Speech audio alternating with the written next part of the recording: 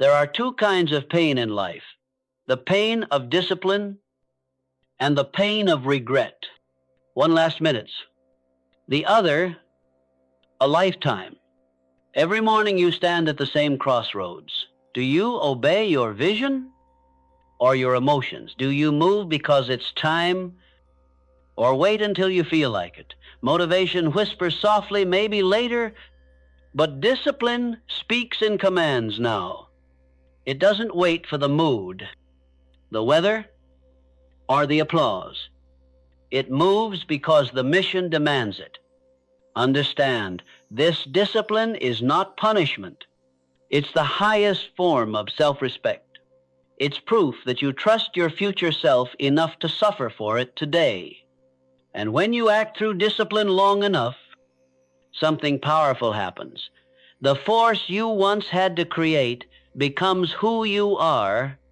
So before we begin, make a silent promise to yourself: no more waiting, no more negotiation. From this moment on, you act, whether you feel ready or not. Because in this journey, only one truth remains. Discipline builds empires. Emotion builds excuses. Now let's begin, and I'll show you why motivation fails and how discipline takes its place. There's a reason you can feel unstoppable on Monday and defeated by Thursday. It's because motivation is built on emotion, and emotion changes like the weather. One day you wake up inspired, ready to conquer the world. The next day, you feel empty, heavy, distracted.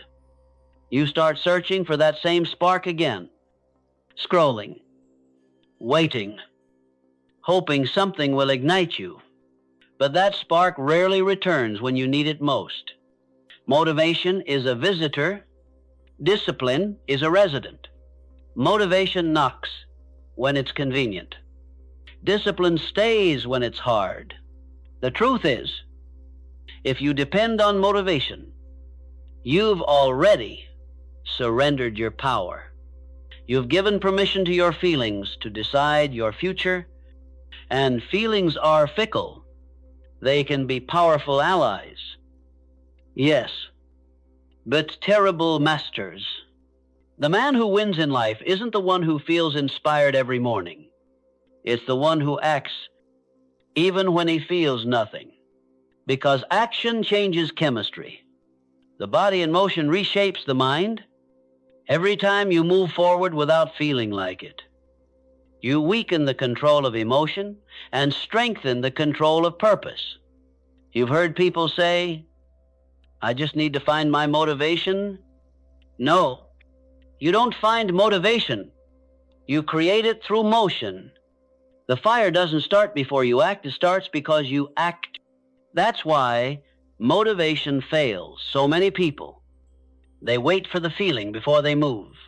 But movement itself is the generator of feeling.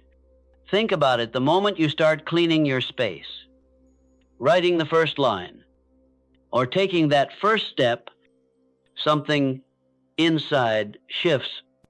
You begin to build energy. The resistance fades. Your mood follows your motion, not the other way around. The undisciplined mind waits for the right mood. The disciplined mind moves first, then creates the mood. The man who depends on emotion is at the mercy of his circumstances. The man who depends on discipline commands them. Because discipline doesn't ask for permission, it doesn't care if you're tired, distracted, or uninspired. Discipline simply says, do it anyway. Let me tell you something most people never understand. Emotion is an indicator, not an instruction. It tells you how you feel, not what you must do. You can feel tired and still act. You can feel afraid and still lead. You can feel lazy and still move. That's the difference between mediocrity and mastery.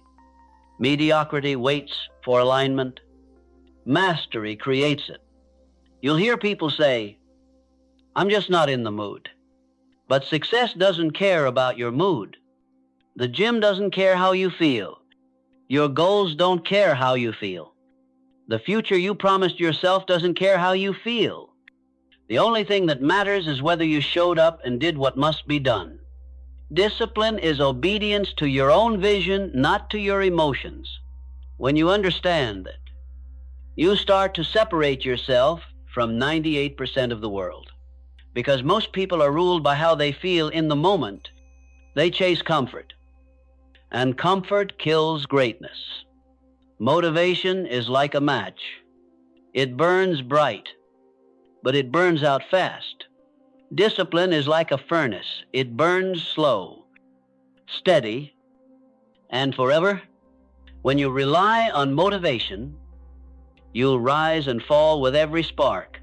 When you rely on discipline, you become unshakable.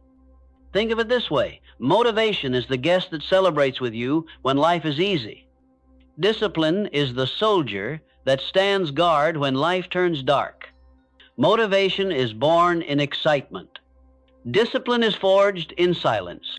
Ask yourself, how many times have you started something full of passion and quit when the fire faded? A diet, a routine, a business plan, a new habit. You were motivated at the start, but when results didn't come fast enough, or when the effort felt heavy, you stopped. You didn't lose ability. You lost consistency because you built your house on the sand of emotion instead of the stone of discipline. You must understand, motivation is external. It feeds off results, praise, novelty. Discipline is internal. It feeds off purpose. It's fueled by the promise you made to yourself, even when no one's watching. Here's a truth that should shake you. The man who needs to feel good before he acts will never achieve anything great, because greatness is born in discomfort. Growth demands friction. Every act of discipline is a declaration of war against your weaker self. The greatest transformation happens when you stop asking, "Do I feel like it?" and start asking, "Does this move me toward my vision?" That question changes everything. It shifts you from emotion to execution, from chaos to command. And when you start living that way, when your actions are no longer hostage to your moods, something begins to happen. You feel stronger, clearer, freer, because you finally realize you are not your emotions.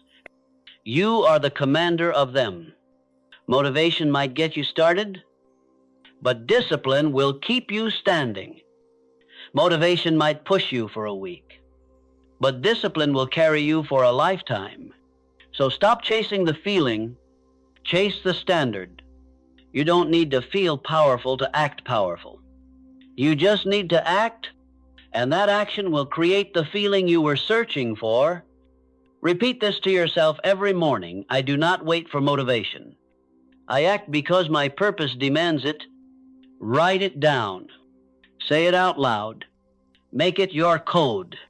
Because once you stop worshiping motivation and start mastering discipline, your life stops being reactive and starts being intentional. You don't rise by emotion, you rise by command. And that's how you begin to build the identity of someone unbreakable. Because in the end, the man who commands himself commands his destiny. Now, you know why motivation fades? But how do you build that inner command, the kind that never breaks even on your weakest days? Let's talk about that in the next chapter. Self-command, the discipline declaration. Every man fights two voices inside his head. One whispers, "You deserve a break." The other says, "You promised yourself more." The difference between the weak and the strong is not talent, not intelligence, not opportunity. It's which voice they obey. Self-command begins when you stop negotiating with weakness. It begins the moment you decide that your mind takes orders only from your vision, not your emotions. Motivation is a visitor, but self-command is a law. Once you issue it, there is no debate. Think of your mind as a soldier and your purpose as the general. The general doesn't ask the soldier how he feels before sending him into battle. He commands, and the soldier obeys. That's how your mind must operate. You must become both the general and the soldier. You issue the order, and you execute it without hesitation. Discipline is not a mood. It's a military order you give to yourself every single day. And the first rule of self-command is simple: never disobey your own orders. When you say, "I'll wake up at 6," you wake up. When you say, "I'll finish this today," you finish. Every broken promise weakens your command. Every kept promise strengthens it. Integrity with yourself is the foundation of all power. Most people treat their goals like wishes. They hope to do better. They want to improve. But there is no authority in hope. Hope is passive. Command is active. Hope waits. Command moves. Hope asks for results. Command creates them. When you start giving yourself commands and obeying them, even in the smallest things, your brain begins to understand that you are the authority now. You are not a victim of emotion. You are the one who issues the orders. You say now, not later. You say go, not wait. And when your body protests, you move anyway. That's how you reprogram your subconscious, through consistent obedience to your own voice. Every time you follow through, you carve a new pattern into your identity. You're teaching your brain, when I say something, it happens. And once your mind believes that self-trust is born, self-trust is the real currency of power, because without it, your word means nothing, not to others, not even to yourself. But when your word becomes law in your own mind, you no longer need external motivation. You become unstoppable because you know that your commands lead to results. Every morning, you must renew your declaration of discipline. Stand in front of the mirror and remind yourself, I am the commander of my life. My emotions obey me. My body obeys me. My mind obeys me. You don't need to shout it. You just need to believe it. Because belief reinforced by action becomes reality. Here's the truth. Most people miss self-command isn't about perfection. It's about correction. You will stumble. You will slip. You will delay. But the disciplined man never stays down. The moment he realizes he's off course, he gives himself a direct order, back on mission. And he moves, no guilt, no drama, just recalibration and execution. Weak men drown in self-pity. Strong men rebuild immediately. Because self-command is not emotional. It's logical. It's direct. It's non-negotiable. You have to treat your goals like laws. Unbreakable. Unquestionable. That's how self-command turns into identity. When you command yourself daily to train, to focus, to work, to finish, you stop seeing discipline as effort. It becomes instinct. At first, it feels mechanical. You'll force yourself out of bed, force yourself to work, force yourself to resist distraction. But over time, those repeated commands become automatic. That's when you know you've crossed the line from effort to embodiment. You no longer try to be disciplined. You are disciplined. Remember, Every act of self-command is a declaration of who you are. When you choose action over delay, you are saying, I lead my mind. When you choose focus over distraction, you are saying, I control my energy. When you choose consistency over comfort, you are saying, I am the master of myself. Each of these declarations builds a layer of armor around your will. Eventually, nothing external can penetrate it. Not boredom, not fatigue, not doubt. You still feel those emotions, but they'll no longer control you. You will observe them, command yourself, and act regardless. This is the power Napoleon Hill spoke of when he said, the man who masters himself can master anything. Because once you can give yourself an order and follow it instantly, you have the key to every success in life, business, health, relationships, wealth. All of them are built on the same foundation. Do what must be done, when it must be done, whether you feel like it or not. Self-command doesn't make you robotic. It makes you reliable, and reliability is the rarest form of strength in this world. Everyone starts with emotion. Few finish with execution. Everyone makes plans. Few follow orders. So starting today, train yourself like a warrior. Write your commands. Execute them. Refuse negotiation.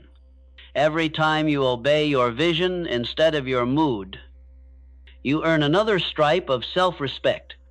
And soon, the voice of weakness will grow quiet. The mind that once resisted will now respond with precision. That's when you realize you're no longer fighting for discipline, you're leading with it. Because the man who commands himself doesn't wait for motivation. He doesn't ask for permission. He simply moves. And when that happens, life itself begins to move. For him, next. And we'll talk about how repetition, not inspiration, turns that command into unshakable momentum. The world is obsessed with excitement. Everyone wants the next burst of inspiration, the next spark, the next high. But success doesn't come from bursts, it comes from rhythm. Repetition is what separates the dreamers from the disciplined. It's what transforms random effort into lasting mastery. Inspiration is like lightning bright, powerful, but gone in a flash. Repetition is like the sunrise, steady, predictable, unstoppable. You don't rise by doing something once. You rise by doing it until it becomes who you are. Every legend, every champion, every success story you admire was born through repetition. Behind every overnight success are years of repeating the same simple actions while no one was watching. Discipline doesn't care if you're inspired. It only cares if you show up, because repetition doesn't need excitement. It needs commitment. Let's tell the truth. Most people avoid success as boring. It's not fireworks or constant motivation. It's doing the same work again and again until you can't get it wrong. The undisciplined chase stimulation. The disciplined chase precision. The undisciplined want to feel good before acting. The disciplined act until they feel good about mastery. When you rely on inspiration, you move like a wave up and down, fast and then gone. But repetition builds momentum. It compounds. Every day you repeat the right action. You strengthen the identity of someone who finishes what they start. The body obeys repetition. The mind follows patterns. When you repeat something long enough, your subconscious begins to expect it. You no longer need motivation to act. Action becomes your default. That's the point where discipline transforms into habit, and habit transforms into identity. Think about it. You don't need motivation to brush your teeth. Why? because you've done it every day for years. It's automatic. The goal is to make your priorities as automatic as brushing your teeth, to make showing up non-negotiable, to make excellence a reflex. But repetition doesn't mean mindless routine. It means intentional refinement. Each time you repeat, you're not just doing the same, you're doing it better. You're sharpening your timing, your control, your awareness. You're building precision under pressure. Repetition is the sculptor of greatness. Each small act of consistency chisels away weakness. Each repeated effort engraves resilience into your character. Every time you push through boredom or fatigue, you reinforce your willpower. Most people never get this far. They confuse boredom with failure. The moment things feel dull, they assume the process isn't working and they quit. But boredom is the gatekeeper of mastery. The one who stays consistent through the dull moments becomes unstoppable. You cannot fall in love with success if you hate repetition, because repetition is success. Motivation will tell you to work hard today. Discipline will make you work hard every day. Motivation will make you sprint. Discipline will teach you to run the marathon. The average man says, "I'll do it when I feel like it." The disciplined man says, "I'll do it until it feels right." And there's a world of difference between the two. Every great boxer throws the same punch thousands of times. Every pianist plays the same scale endlessly. Every builder lays the same kind of brick, one after another, until the masterpiece stands tall. The process is monotonous, but mastery lives in monotony. When repetition becomes your teacher, results become inevitable. You might fail on your first try. You might stumble on the 10th, but every repetition makes you stronger. Every attempt removes hesitation. Every cycle of effort builds confidence. Here's the paradox. Repetition feels slow, but it's the fastest path to transformation. The more you repeat, the less friction you face. You don't need to think, you just execute. The act becomes effortless, almost instinctive. That's what people call flow. But flow is not magic. It's just the reward of thousands of disciplined repetitions. This is why the strong win. They don't chase emotion. They chase consistency. They don't wait to be inspired. They build momentum through habit. They don't aim to be great once. They aim to be consistent always. When you repeat a habit long enough, it stops being effort. It becomes identity. You're no longer trying to be disciplined. You simply are. Repetition is how you reprogram your subconscious mind for success. Each time you follow through, your brain takes note. This is who I am now. And once identity catches up, discipline becomes effortless. You stop fighting for consistency, because consistency becomes who you are. This is how athletes train, how artists grow, how leaders rise through the same quiet, unseen repetitions while the world sleeps, through thousands of invisible acts of effort that the public never applauds. If you can fall in love with repetition, you can build anything, because repetition turns action into instinct and instinct into power. Ask yourself, what small action, done every day, he would change your life? If you repeated it for a year, write it down, commit to it, and promise yourself, no matter how I feel, I will repeat this daily. That's not motivation talking, that's command. And soon, the very thing you once had to force yourself to do will become the thing you can't imagine skipping. Because repetition doesn't just build skill, it builds you. Every repeated act of discipline carves a stronger, clearer, more powerful version of yourself. And when that version takes over, when your habits align with your vision, nothing can stop your momentum. That's how the discipline rise while everyone else drifts. They repeat what works long after the excitement fades. They don't need to feel ready, they just need to remember the command. Do it again. Procrastination is the silent assassin of potential. It doesn't destroy you all at once, it erodes you slowly. One delayed task. One postponed goal. One, "I'll do it later," whispered too many times. And suddenly a year has passed. The dream hasn't died. It's been quietly suffocated by hesitation. You felt it before. The hesitation that creeps in right before you start. You stare at the task. You overthink. You analyze. You scroll. Your mind starts building excuses. "I'll start after lunch. I need to be in the right mindset. Maybe tomorrow will be better." That voice sounds reasonable, even logical, but it's a trap.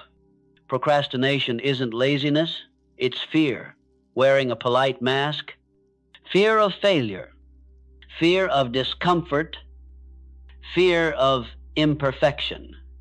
The mind doesn't want to feel pain, so it tricks you into waiting.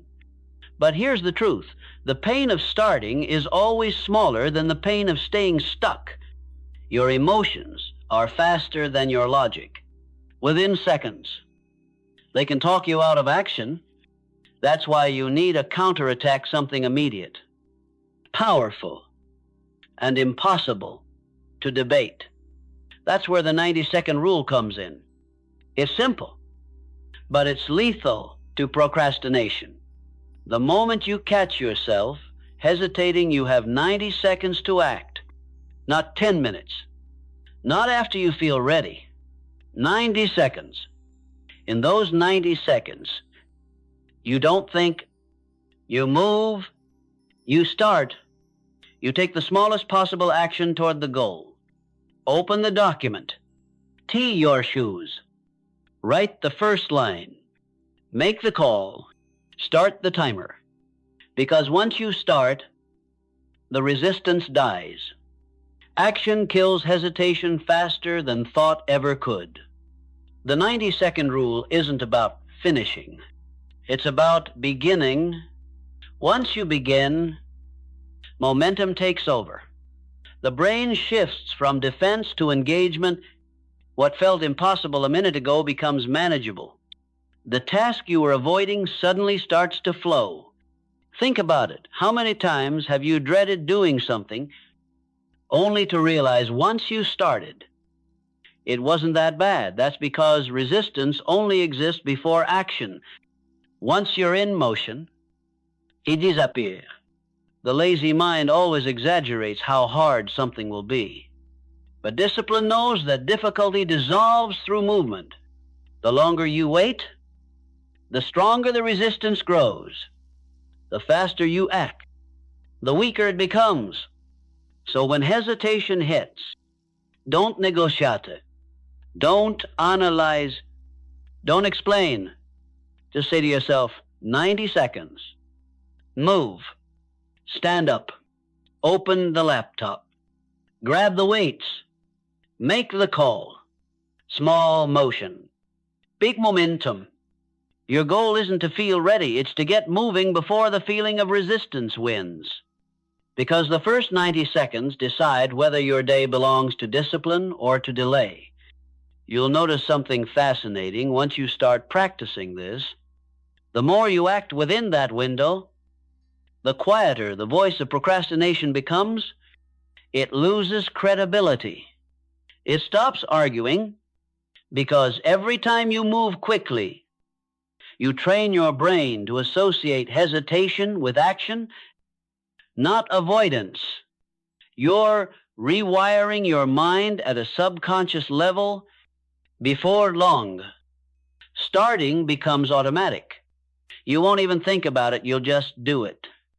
And that's the essence of discipline, acting before emotion interferes. This is the same principle soldiers use in the military. There's no debate, no delay, no overthinking. Orders are given. Action follows. It's not emotional, it's mechanical, because emotion loves delay, but execution loves immediacy. Here's what most people get wrong. They think discipline means pushing through giant tasks, but real discipline begins in the smallest choices. The strength to start for just 2 minutes is stronger than the intention to finish perfectly. Perfection is the enemy of action. The disciplined man doesn't wait for perfect. He just starts. In those first 90 seconds, you break the spell of hesitation. You shift from victim to commander. You remind yourself that your mind obeys you, not the other way around. So from now on, every time your mind says, later, reply instantly with movement. When it says, I'm not ready, reply with, I'll start anyway. When it says, it's not the right time, reply with, the time is now. That's how you win the small battles that shape your destiny. Here's a truth. Most never realize procrastination doesn't destroy you today. It destroys the version of you that could have existed tomorrow. Every time you delay, you're voting against your future self. But every time you act, you're casting a vote for who you want to become. You're either building discipline or building excuses. There's no middle ground. The next time you catch yourself hesitating, remember the rule. 90 seconds. No thought, just motion. The first step is always the hardest, but it's also the one that changes everything. Because the moment you move, resistance breaks, energy rises, and purpose takes over. Discipline isn't about forcing yourself to do everything perfectly. It's about forcing yourself to begin, because once you begin, discipline does the rest. Start small. Start now. Start before you feel ready. That's how you end procrastination. And once you master this rule, you'll never fear starting again, because the start will always belong to you. Momentum is the hidden force behind every disciplined person you admire. It's what makes consistency feel effortless. It's the silent engine that turns small actions into unstoppable movement. Once you have momentum, you don't fight your habits, they carry you. But when you lose it, even simple tasks feel heavy. So here's the truth. Discipline doesn't start in the middle of the day when you're tired, distracted, and surrounded by noise. It starts the moment you wake up. The first hour of your morning determines the tone of your entire day. You either take command of it or it takes command of you. If you win the morning, you win the day. If you lose it, you spend the rest of your day catching up to your own chaos. Let's be clear. Your morning is not just a routine, it's a ritual. It's your first battle of the day. And if you conquer it, every other decision becomes easier. But most people wake up like amateurs. The alarm goes off, they hit snooze. That single act of surrender tells the brain, my comfort matters more than my commitment. It's a micro decision, but it shapes everything, because how you do the small things is how you'll do the big things. The disciplined mind treats the first hour as sacred ground. No distractions, no negotiation, only order, energy, and movement. Let me introduce you to a system I call the S-T-E-E-L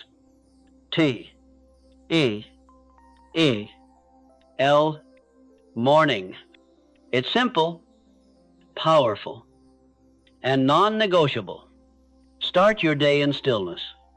No phone, no noisy. Just breathe, visualize, and align.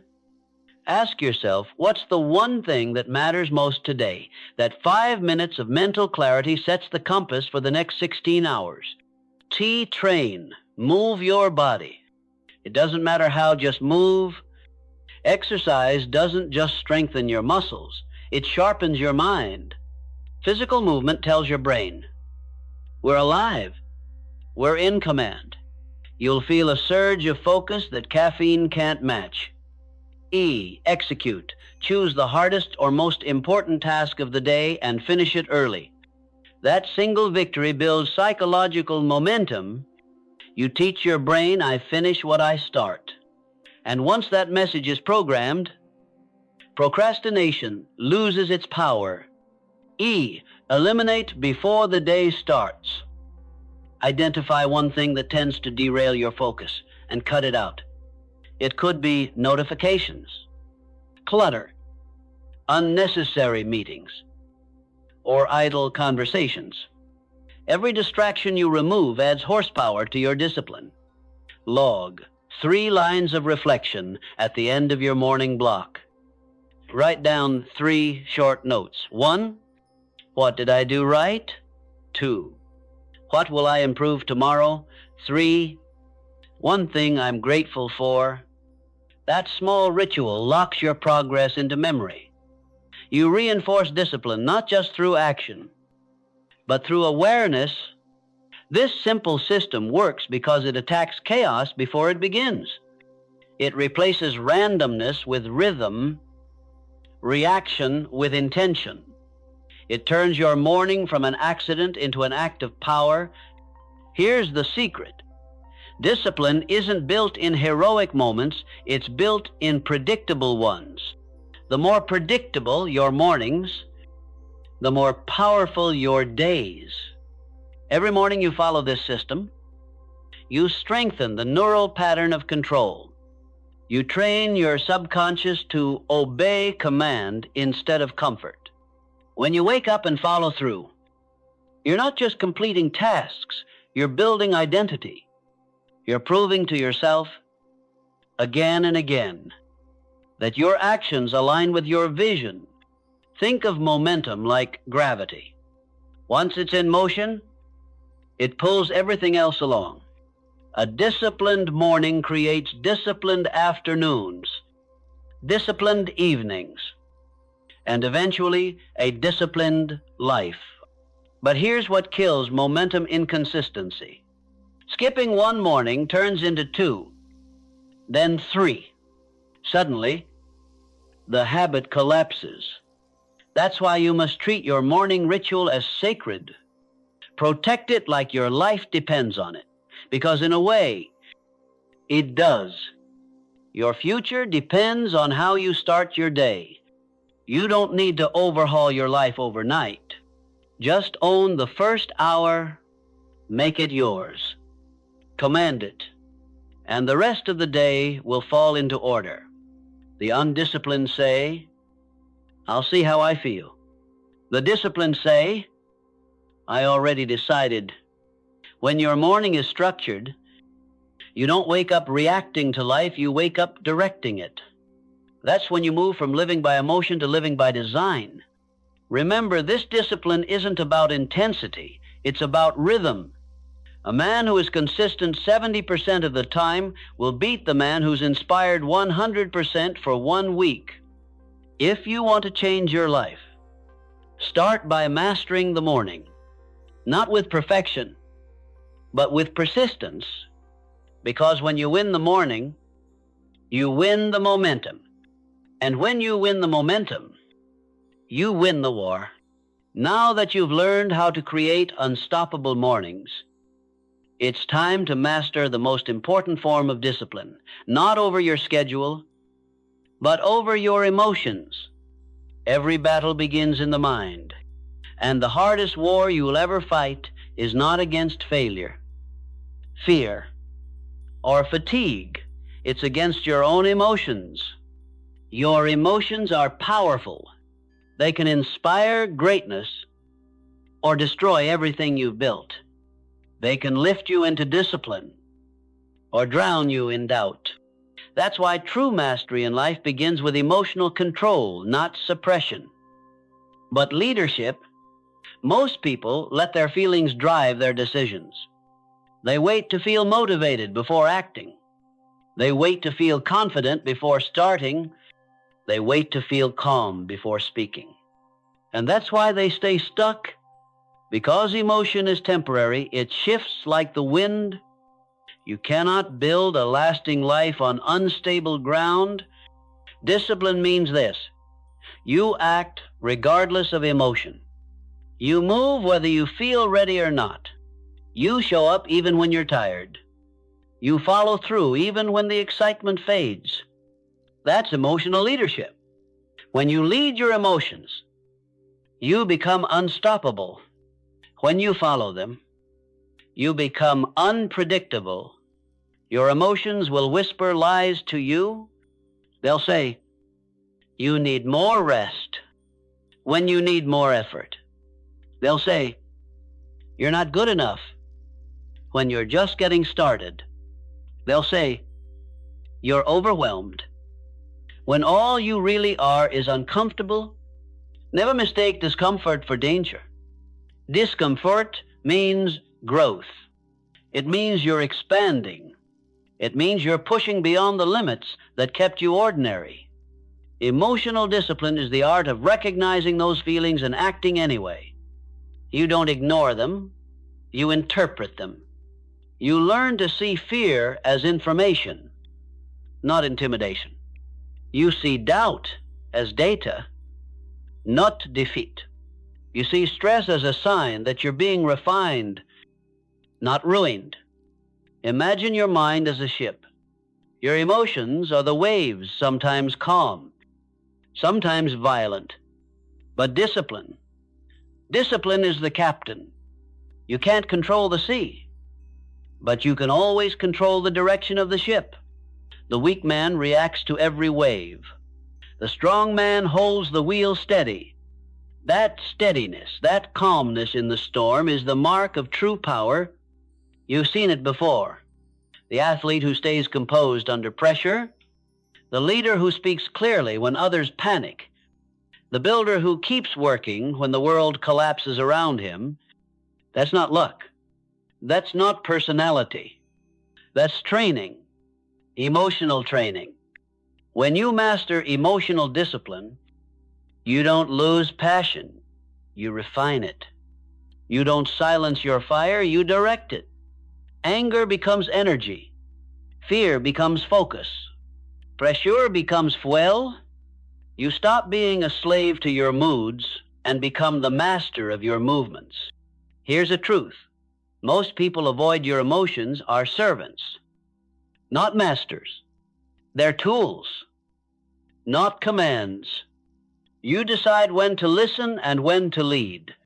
When your mind says, I don't feel like it, answer with, that's fine. We're doing it anyway. When your fear says, what if I fail? Reply, then I'll learn and go again. When your doubt says, you're not ready, remind it, no one ever is. That's how you train your emotions to obey your vision. It doesn't happen overnight. It happens through repetition, through doing the hard thing precisely when you feel weakest. Each time you act in defiance of your feelings, you build strength. You rewire your subconscious mind to respond to command instead of comfort. Soon, you'll notice something incredible. The emotions that once controlled you will start to serve you. You'll use fear as fuel. You'll use stress as sharpening edge. You'll use discomfort as direction. That's emotional alchemy, turning weakness into power. And once you reach that level, the world can't touch you. You'll walk through storms with peace in your chest. You'll face chaos with clarity in your eyes. You lead not because you feel strong, but because you decide to be. Remember this, every time you act against your emotions, you strengthen your character. Every time you obey them, you weaken your will. Emotional discipline isn't about becoming cold, it's about becoming calm. It's about thinking clearly when everyone else drowns in confusion.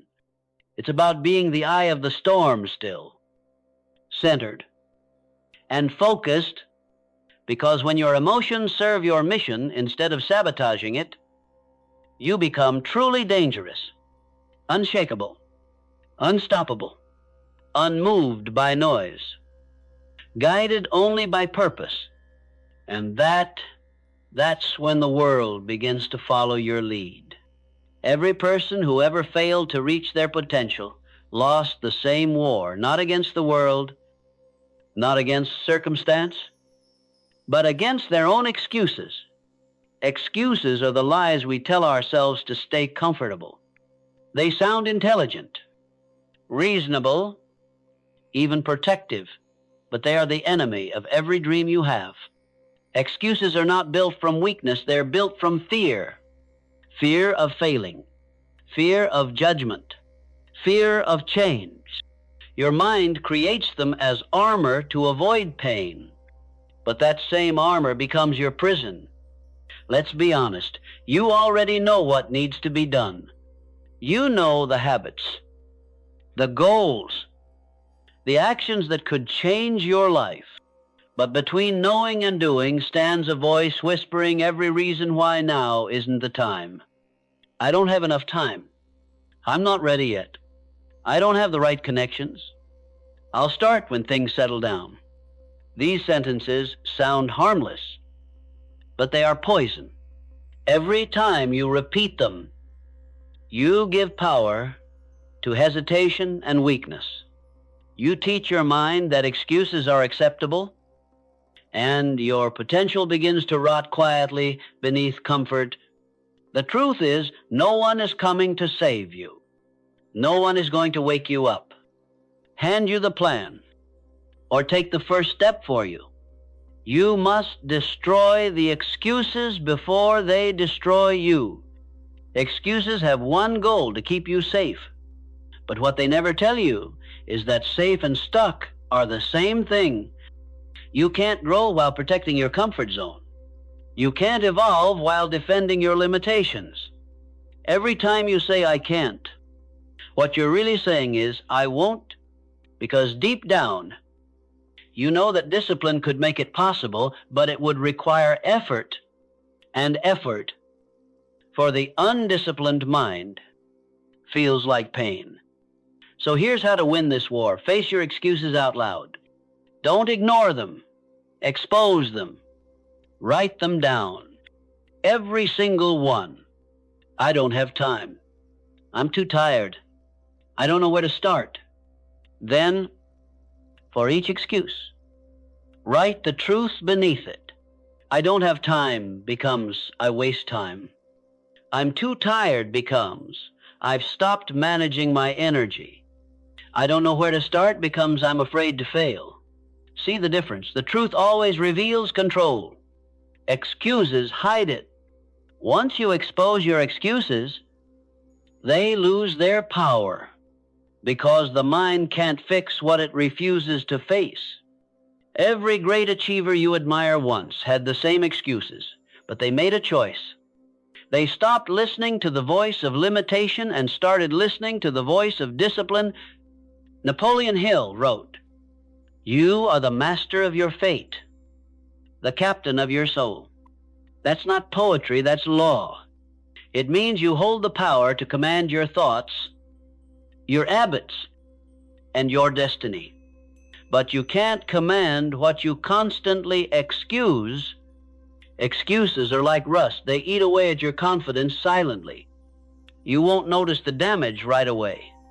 But one day, you look back and realize years have passed and all you've collected are reasons instead of results. So the next time your mind starts crafting excuses, interrupt it. Ask one question. Is this true? Or is this comfort talking? 9 times out of 10, it's comfort. The disciplined mind doesn't negotiate with comfort, it challenges it.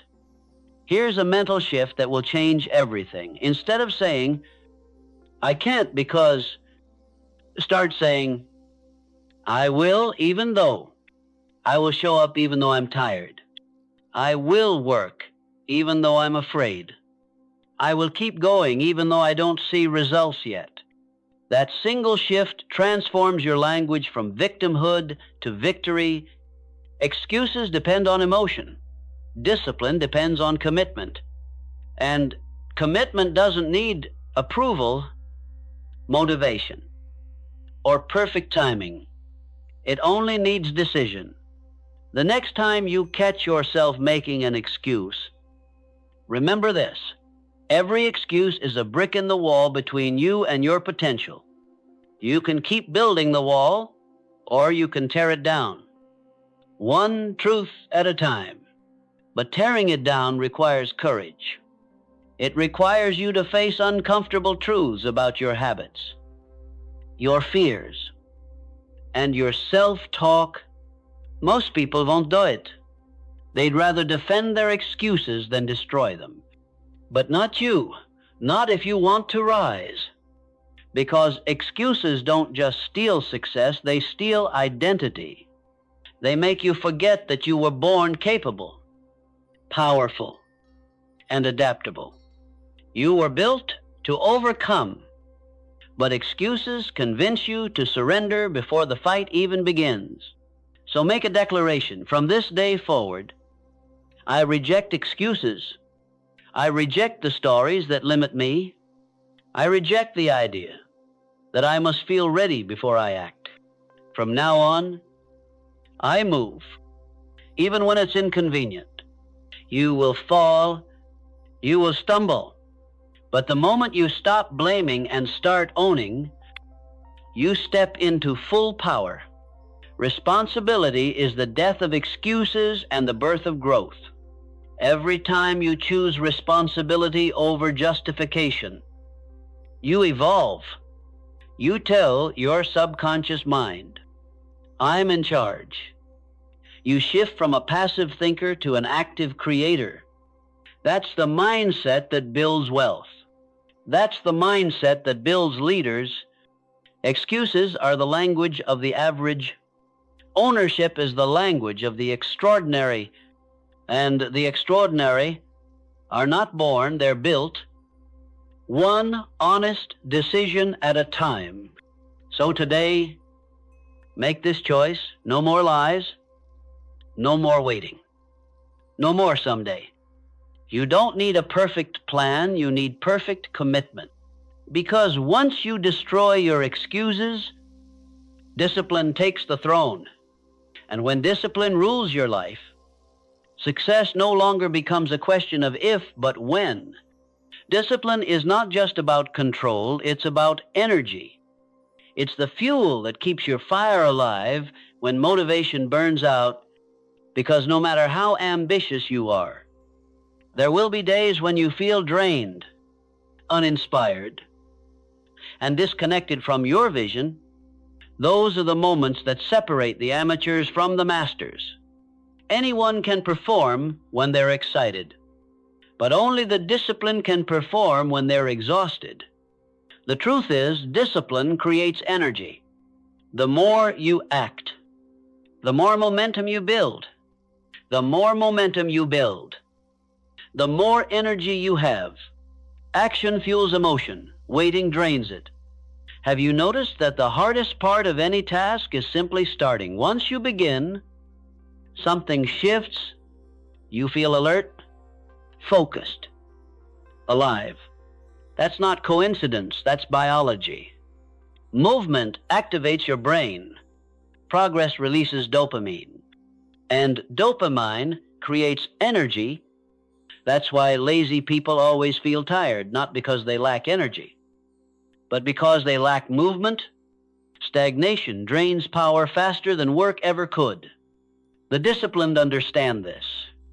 They don't wait for energy, they generate it. They know that if they act first, the feeling will follow. They don't ask, "Do I feel like it?" They ask, "What will give me energy right now?" And the answer is always action.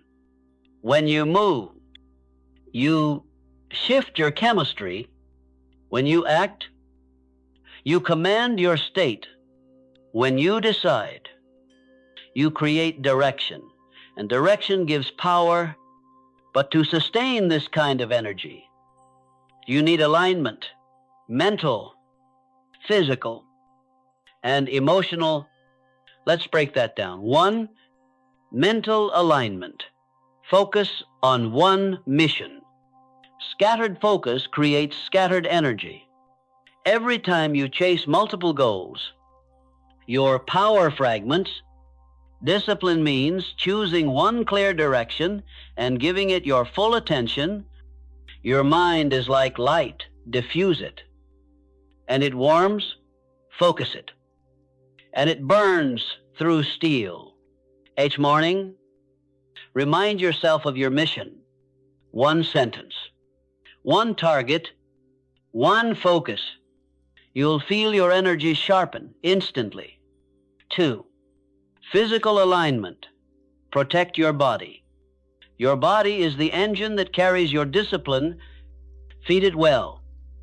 Rest it right. Move it daily. Sleep is not laziness, it's recovery. Nutrition is not restriction, it's fuel. The undisciplined abuse their bodies and call it grind. The disciplined honor their bodies and call it longevity. Energy doesn't come from caffeine or hype. It comes from oxygen, blood flow, hydration, sunlight, and clean fuel. You can't think like a winner if your body runs like a wreck. 3, emotional alignment. Guard your energy from people. Energy is contagious. You absorb it from the people you allow into your space.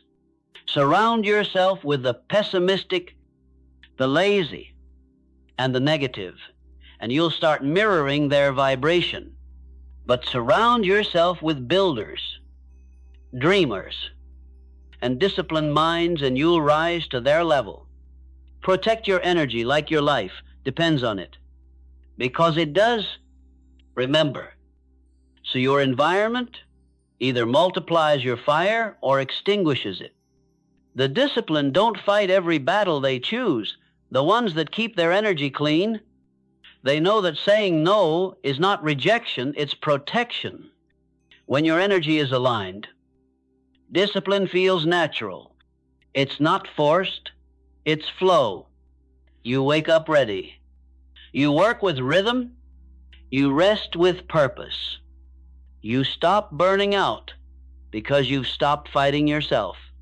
And here's the paradox. When you protect your energy, you can push harder than ever before because your fire doesn't die halfway.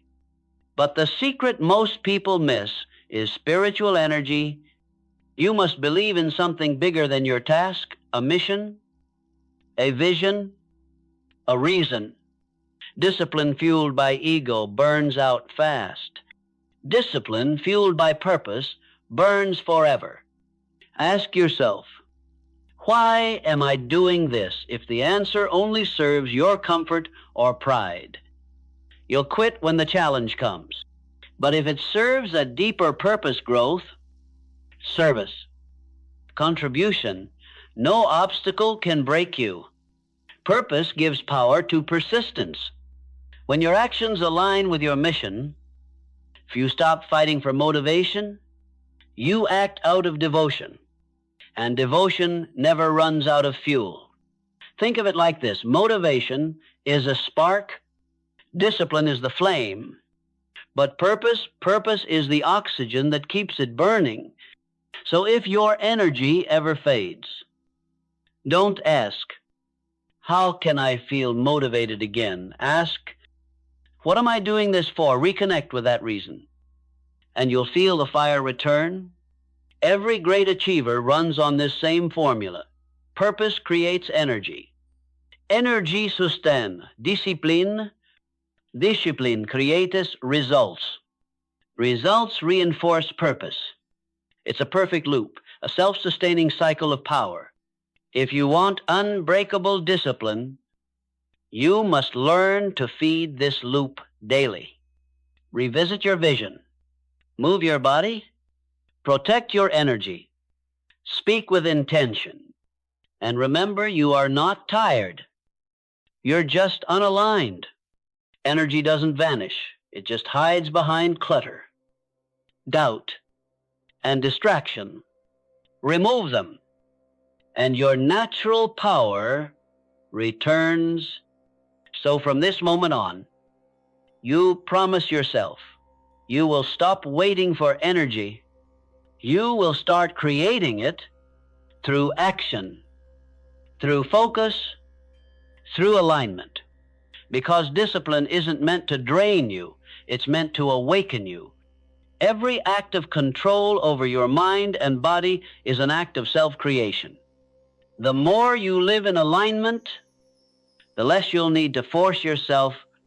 You'll become a magnet for strength, clarity, and results. That's the energy of discipline, not a burst, but a current. And once you learn to generate it, nothing can stop you. There comes a moment in every person's journey when discipline stops being something you do and starts becoming who you are. That's the ultimate transformation. At first, discipline feels like resistance. It feels heavy. Every action feels forced, every routine a battle. But over time, through repetition, something begins to shift deep inside you. The pain of discipline fades, and in its place grows a sense of peace, a quiet pride that comes from alignment. This is the point where discipline becomes identity. Most people never reach it.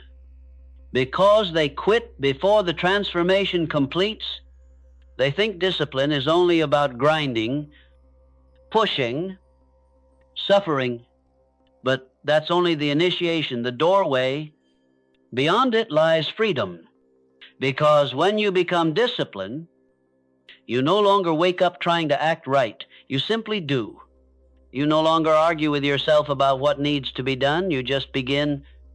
You no longer chase motivation. You are the motivation. Discipline is not about punishment. It's about evolution.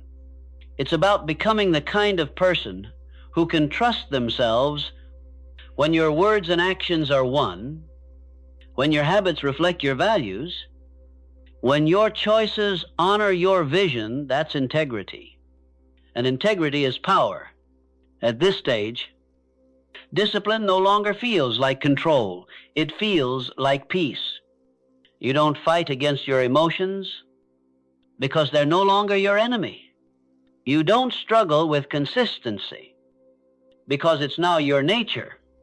You've rewired your mind, retrained your body, and rebuilt your character. This transformation happens silently. One day, you wake up and realize you no longer need to convince yourself to follow through. You don't have to count the days or promise yourself rewards. You simply live in alignment with your mission. You become the kind of person who does what they said they would do long after the feeling that made them say it has faded. That's not a habit. That's identity. Think of it like building a fire. At first, you must gather wood, strike sparks, and feed the flame carefully. But once the fire grows strong, it sustains itself. It burns through the night. That's what discipline becomes, self-sustaining energy. So how do you reach this level? How do you turn discipline into identity? It begins with one simple shift. Stop saying, I'm trying to be disciplined. Start saying, I am disciplined. Language shapes identity. Every word you speak programs your subconscious mind. When you say, I'm trying, you give yourself an escape route. You tell your mind it's okay to fail. But when you say, I am. You close that door. You lock in the truth. Affirmation becomes activation. From there, every small action reinforces the identity you've claimed. Each time you wake up early, your mind records. This is what disciplined people do. Each time you follow through, your subconscious notes. We finish what we start. Each time you choose focus over distraction, your self-image strengthens. I am in control. Soon, you stop needing discipline to act because the identity of a disciplined person automatically drives your behavior. This is how the world's highest performers operate. They don't rely on mood. They don't rely on hype. They rely on who they are. A runner doesn't wake up and decide whether they'll train. They're a runner, so they run. An artist doesn't wait to feel creative. They're an artist, so they create. A disciplined person doesn't debate action. They act. Identity makes consistency effortless. But here's the secret. Identity is not found. It's built. Brick by brick. Habit by habit. Promessa by promessa. You sculpt it every time you keep your word. You strengthen it every time you resist the easy path. You become it every time you act in alignment with your highest self. It's a quiet process. No one applauds you while you're doing it. But one day, they'll look at your results and call it discipline. You'll know it wasn't discipline anymore. It was simply you. Becoming disciplined is the ultimate freedom. You no longer need to force yourself to do what's right because you no longer desire what's wrong. You stop chasing balance, you live in it. You stop seeking motivation, you radiate it. The man who becomes disciplined becomes untouchable because he can be trusted with his own power. He doesn't crumble under pressure. He doesn't drift under emotion. His life moves with precision, not perfection, but purpose. Understand this. Discipline is not a phase. It's not a temporary program. It's a rebirth. When you become disciplined, your world transforms. Procrastination looses, meaning fear becomes a friend. Hard work turns into a form of meditation, because now every action flows from identity, not obligation. You're no longer fighting for discipline, you're living as it. And that's when the true rewards of life appear: peace, power, prosperity, and purpose, not because you forced them, but because you became the kind of person who naturally attracts them. So stop chasing results. Start building identity. Because when your character becomes discipline itself, success is not something you chase, it's something you magnetize.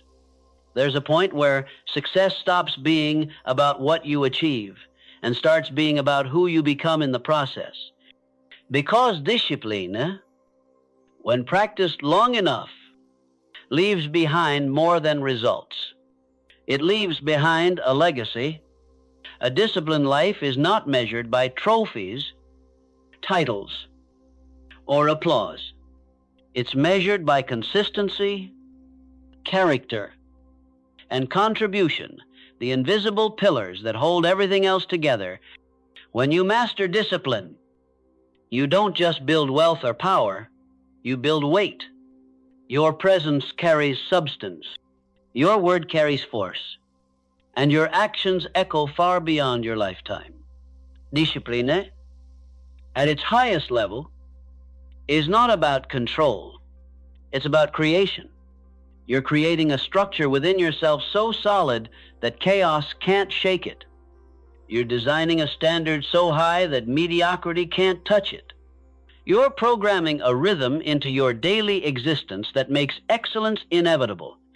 That's how legacies are built, not in a moment of brilliance, but in years of obedience to the small things, the small choices, the small disciplines, The small moments of resistance you win every day. Because success doesn't come from one heroic act, it comes from thousands of quiet victories that no one sees. When others hit snooze, you rise. When others talk, you execute. When others complain, you focus. And over time, those choices become your legend. You see, discipline doesn't only transform your life, it transforms everyone connected to you. Your family, your team, and your community. They all rise to meet your standard. You become a living example of what's possible. You give others permission to elevate themselves just by existing with excellence. That's the invisible power of discipline. It multiplies itself through influence. People may not remember every word you say, but they'll never forget how your consistency made them feel. Safe, inspired, challenged, awake. When you live with discipline, you emit certainty in a world full of chaos. And that certainty attracts people opportunity and respect, not because you demand it, but because you embody it. There is a magnetic quality to disciplined energy. When you walk into a room, people feel the difference. You don't have to speak loudly or brag about your achievements. Your posture, your calm, your focus. They all communicate one thing. I'm in command. That is the aura of a man who has mastered himself. And self-mastery is the rarest form of power on earth. Anyone can control others. Few can control themselves. But the moment you do, the game changes. You move from reacting to creating, from chasing to attracting, from surviving to shaping destiny. That's what makes discipline sacred. It's the path from ordinary existence to extraordinary impact. But here's the final truth. Discipline is not meant to end with you. You're not just here to build a routine. You're here to build a ripple. The habits you form, the example you set, the standard you raise, all of it becomes a beacon for others searching for direction. You become a lighthouse in a stormy sea, a signal to every person still struggling in chaos. That structure is freedom. So, ask yourself, what do I want my discipline to say about me when I'm gone? Do I want it to whisper, "He worked hard," or do I want it to thunder, "He lived with purpose"? Because that's what real success sounds like. Not noise, but impact. Not popularity, but permanence. Every day you practice discipline. You're engraving your name into time, not on a plaque, but in people's memory. They'll remember how you moved, how you stayed consistent when everyone else quit, how you never needed to announce your greatness, because your work made it obvious. That's the man. Discipline builds quiet, focused, relentless, and free. But never forget, this legacy doesn't begin in the grand moments. It begins in the morning when the alarm rings and you rise. It begins when you choose focus over distraction, purpose over comfort, progress over perfection. It begins every time you say, "I'll do it anyway," because that's what separates the discipline from the drifter's repetition. 1,000 small wins that, over time, carve an unshakable foundation of power. And here's the most beautiful part. When discipline becomes who you are, peace follows naturally. You stop fighting yourself. You stop negotiating with your goals. You stop chasing validation, because you've already earned your own respect. That's the highest form of wealth, self-respect. And it can't be bought. It must be built. So build it, brick by brick, day by day, through effort, through sacrifice, through consistency, and one day, when the noise fades and the world grows quiet, you'll look back and realize you didn't just stay disciplined. You became a leader. You became a builder. You became a legacy. Remember, the world doesn't reward the most talented. It rewards the most consistent. Talent may open the door, but only discipline keeps it open. So keep your vision high, your standards higher, and your actions higher still. Every moment of self-control today becomes a monument of strength tomorrow. Because the disciplined don't just survive time, they define it. And when your story is told, let it be said, he lived with focus. He walked with purpose. He mastered himself. And through that mastery, he changed everything. That is the legacy of discipline. If you've made it this far, understand this truth. You already have everything you need to become unstoppable. Discipline isn't something you were born without. It's something you've simply forgotten how to command. And now, it's time to remember who you are. From this moment on, don't just talk about your goals, enforce them. Don't just wish for better habits, embody them. Don't just wait for motivation, move without it. Because the world doesn't need more dreamers. It needs more doers. It needs more men and women who can look temptation in the eye and say, not today. Discipline is not about perfection. It's about alignment between what you think, what you say, and what you do.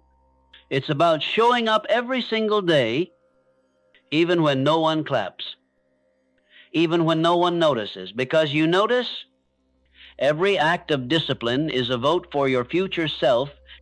Every moment you resist distraction, you sculpt your destiny. Every choice to stay focused is a declaration that you are no longer ruled by weakness, emotion, or comfort. That's how legacies are built: in silence, in repetition, in consistency.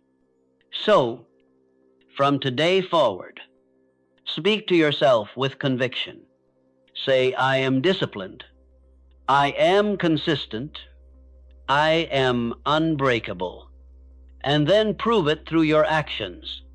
Wake up tomorrow and conquer your morning. Build structure before the world gives you chaos. Do the work no one wants to do, because that's where power hides. And never forget, the man who controls himself controls his future. If this message spoke to your spirit, if it reignited the fire you once had, then don't let it fade. Rewatch this. Revisit it. Reprogram your mind daily until discipline becomes your natural state. And remember, this is just the beginning. Because when you live with discipline, you don't just build success, you become success. Now it's your turn. Go and command your life. Livi as disciplini, lead as legacy. And watch the universe bow to your consistency. If this message moved you, share it with someone who needs to hear it. Subscribe to Think Rich Mindset Hub and join thousands of others mastering the Napoleon Hill principles that build wealth, focus, and purpose. Because success isn't waiting for you, it's responding to you. And starting today, it responds to discipline